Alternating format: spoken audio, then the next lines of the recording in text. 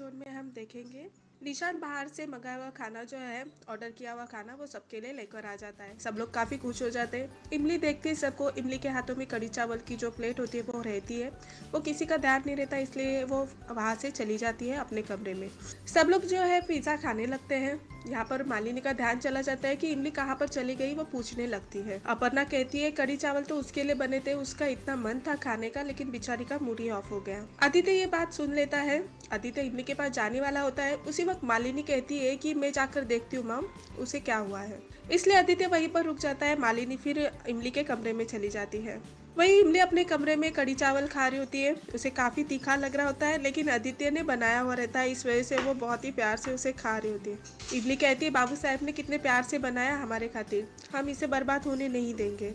यहाँ मालिनी इमली को ढूंढ रही होती है। वो सोचती है कि इमली कहाँ पर चली गई अचानक से, उसको भी भूख लग रही होगी, उसको पिज्जा दे देती हूँ।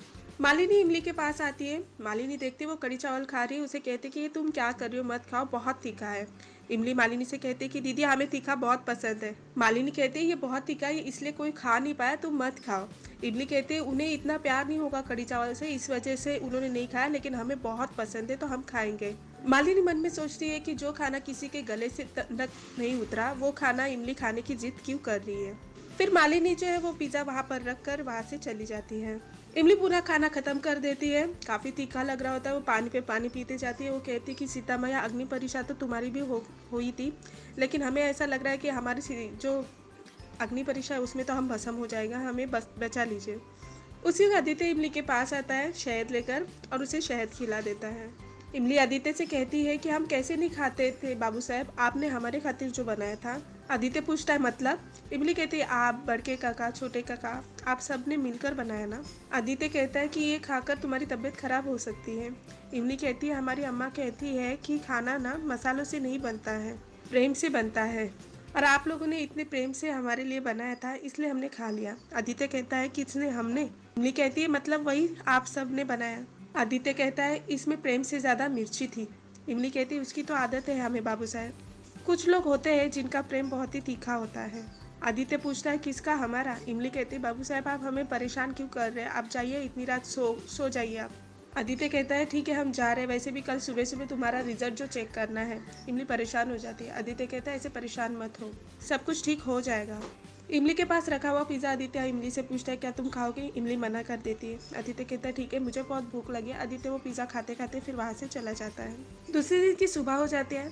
आदित्य जो है सुबह सुबह अपना लैपटॉप ओपन करके बैठे हुए रहते हैं। उसी वक्त मालिनी आदित्य के पास आती है। उन्हें पूछती है क्या हुआ आदित्य, इतने सुबह सुबह आज आप उठ गए।